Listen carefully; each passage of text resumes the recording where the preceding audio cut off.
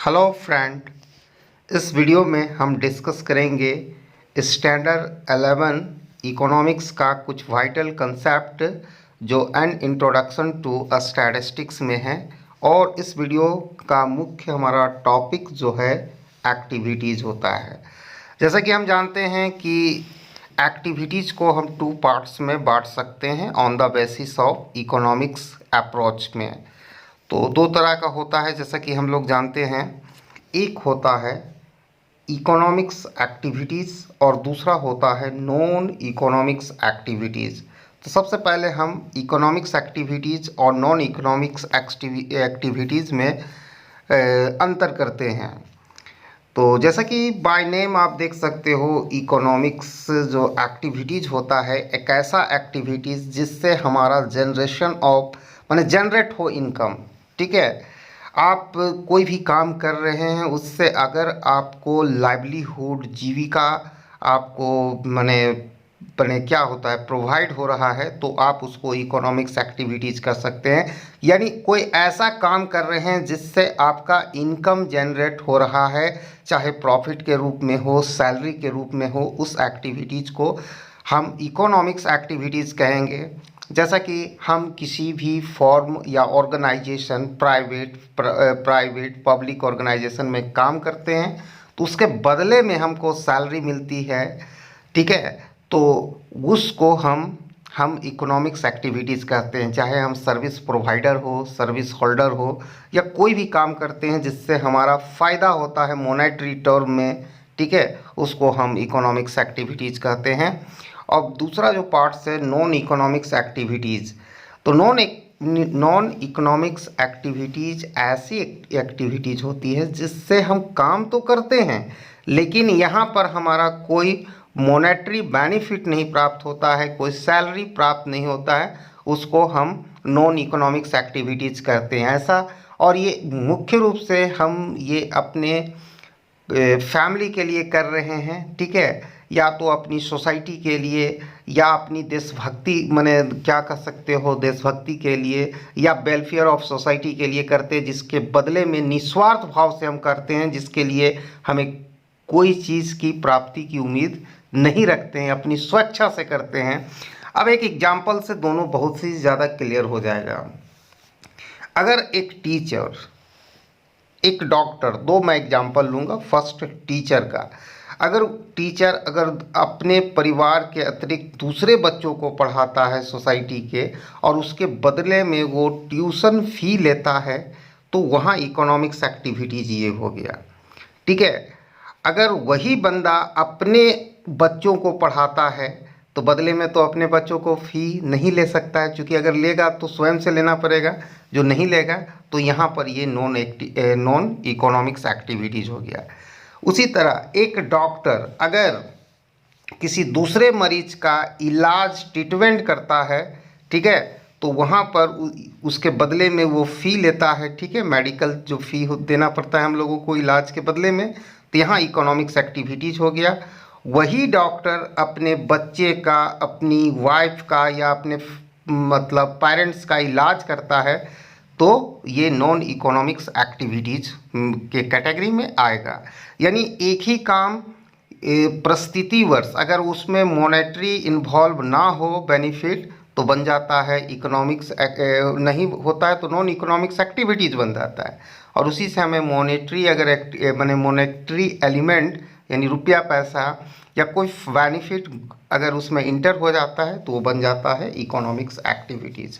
तो non economics activities ऐसा activities है जिससे हमारा इनकम का जनरेशन नहीं होता है, कोई मॉनेटरी बेनिफिट नहीं होता है।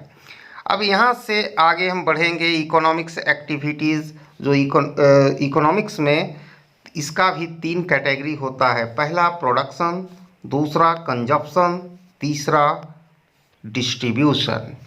तो एक एक करके हम इसका एक्सप्लेन करेंगे। प्रोडक्शन, तो प्रोडक्शन क्या है भाई? Creation of utility, creation of utility is called production in economics. Economics में किसी भी चीज़ में यूटिलिटी का अगर हम ऐड करते हैं तो उसी को प्रोडक्शन कहते हैं। जैसे जंगल में पड़ी हुई लकड़ियाँ जो वुड्स है, तो कारपेंटर उसको ला के उसको इस तरह शेप दे देता है, जैसे चेयर के रूप में, टेबल के रूप में, जिससे उसकी यूटिलिटी उसमें ऐड करता है, जिसके बदले में वो उसको मॉनेटरी बेनिफिट मिलता है। तो यहाँ क्या किया कि कोई चीज़ का कोई प्रोडक्शन मैन्युफैक्चरिंग नहीं हुआ, सिर्फ लकड़ी जंगल का उसको मॉडिफाई करके उसकी यूटिलिटी क्रिएट किया गया।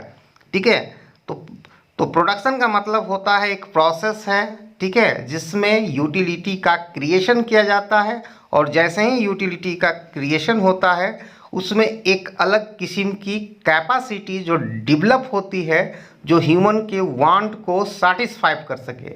अब मान के चलो जंगल की लकड़ी सिर्फ लकड़ी है, अगर उसको मेज बना दिया जाए तो एक ह्यूमन का जो वांट की कैपेसिटी जो सेटिस्फाई करने की उसमें मतलब क्षमता आ जाएगी, जैसे बैठने की क्षमता, तो उससे हो गया। ठीक है, उसके बाद दूसरा पढ़ते हैं कंजप्शन। यहाँ पर डिस्ट्रक्शन ऑफ यूटिलिटी, ठीक है, डिस्ट्रक्शन ऑफ यूटिलिटी कहो या जो प्रोडक्शन में यूटिलिटी एडेप्ट हुआ है उससे अगर किसी भी ह्यूमन बीइंग या किसी भी ह्यूमन बीइंग या किसी भी चीज़ की वांट सेटिस्फाइंग करने की कैपेसिटी होती है तो उसको हम कंजप्शन कहते हैं। या तो उसमें यूटिलिटी की डिस्ट्रक्शन भी हो सकता है, नहीं तो उससे वांट सेटिस्फाई करने की क्षमता जो होती है उसका उपयोग होता है। तो कंजप्शन में यूजुअली हम लोग कंजप्शन का मतलब मोटा तौर पर ये जानते हैं किसी भी चीज़ को खाना पीना, जैसे ब्रेड को खा लिए तो उसका डिस्ट्रक्शन हो गया यूटिलिटी में। लेकिन कुछ ऐसे भी ड्यूरेबल चीज़ें होती हैं, चेयर, टेबल, ठीक है, बहुत सारी चीज़ें होती हैं, टेलीविज़न होती है, मोबाइल होती है, जिसको एक बार उपभोग करने से ख़त्म नहीं होती उसकी यूटिलिटी, बार बार हम उपभोग करते चलते इसको ड्यूरेबल कमोडिटी या के श्रेणी में इसको रखते हैं। तो यहाँ कंजप्शन में मतलब हुआ कि जो प्रोडक्शन में यूटिलिटी का क्रिएशन हुआ उससे अगर किसी भी ह्यूमन बीइंग का वांट सेटिस्फाई यानी अपनी आवश्यकताओं की पूर्ति करने की क्षमता का उपयोग किया जा रहा है, तो यहाँ कंजप्शन हुआ। हम न्यूज़पेपर का भी कंजप्शन करते हैं, उसका पढ़ लिए, मैंने कंजप्शन का मतलब उपयोग करना, और हम उसी चीज़ का उपयोग करते हैं जिससे हमें जिसकी आवश्यकता होती है, जिससे हमारी आवश्यकता पूर्ण होती है। ठीक है, उसके बाद आता है डिस्ट्रीब्यूशन। तो डिस्ट्रीब्यूशन के श्रेणी में आप जानते हैं कि किसी भी चीज़ के उत्पादन करने के लिए अगर लार्ज स्केल पर बात करें, बड़े स्तर पर, तो 5 चीज़ों की ज़रूरत होती है। उसमें लैंड, लेबर, ठीक है, कैपिटल की आवश्यकता होती है, ठीक है, कैपिटल, ठीक है, मैनेजमेंट, ठीक है, बहुत, और एक चौथा चीज़ होता है, 5वां चीज़ एंटरप्रेन्योर, ठीक है, एंटरप्रेन्योर, यानी 5 चीज़ों की मदद से किसी भी चीज़ का प्रोडक्शन होता है। ठीक है, तो ये 5 चीज़ों की मदद से होता है, और जो कुल उत्पादन होता है भी किसी भी गुड्स एंड सर्विसेज का, इन्हीं 5 फैक्टर ऑफ प्रोडक्शन के बीच डिस्ट्रीब्यूट किया जाता है। ठीक है, तो इसी को डिस्ट्रीब्यूशन कहते हैं। जैसे लैंड को रेंट मिलता है, लेबर को वेज मिलता है, कैपिटल को इंटरेस्ट मिलता है, मैनेजमेंट को सैलरी मिलता है, एंटरप्रेन्योर को आइदर प्रॉफिट या लॉस। रेजिडुअल जो सरप्लस होता है 5 फैक्टर ऑफ प्रोडक्शन, मतलब 4 फैक्टर ऑफ प्रोडक्शन को देने के बाद जो 5वां जो ऑर्गेनाइज करता है एंटरप्रेन्योर जो होता है, तो उसी को जो मिलता है या तो प्रॉफिट में मिलेगा या लॉस में। जैसे रिलायंस वाला एंटरप्रेन्योर हो गया मुकेश अंबानी, ठीक है, तो वो सारा अपना जियो का जो प्रोडक्शन किया है, तो लैंड लिया है, उसको सारा देश का उसके पास तो लैंड नहीं होगा, तो रेंट देना पड़ता है। कैपिटल लगाया जो बैंक वगैरह से लिया, फिजिकल कैपिटल होता है और फाइनेंशियल कैपिटल, तो उसको इंटरेस्ट देना पड़ता है। इसके अतिरिक्त जो लेबर है उसको बेच देता है अपने, चाहे वो मेंटल लेबर हो या फिजिकल हो। फिर इसके बाद मैनेजमेंट है, उसका बहुत सारे मतलब मार्केटिंग जो यूनिट है उसको सैलरी देता है। बाकी इस सब को देने के बाद जो भी सरप्लस होता है वो तो प्रॉफिट में काउंट होता है या तो लॉस में होता है, 2 ही बात हो सकती है। इसी को डिस्ट्रीब्यूशन कहते हैं।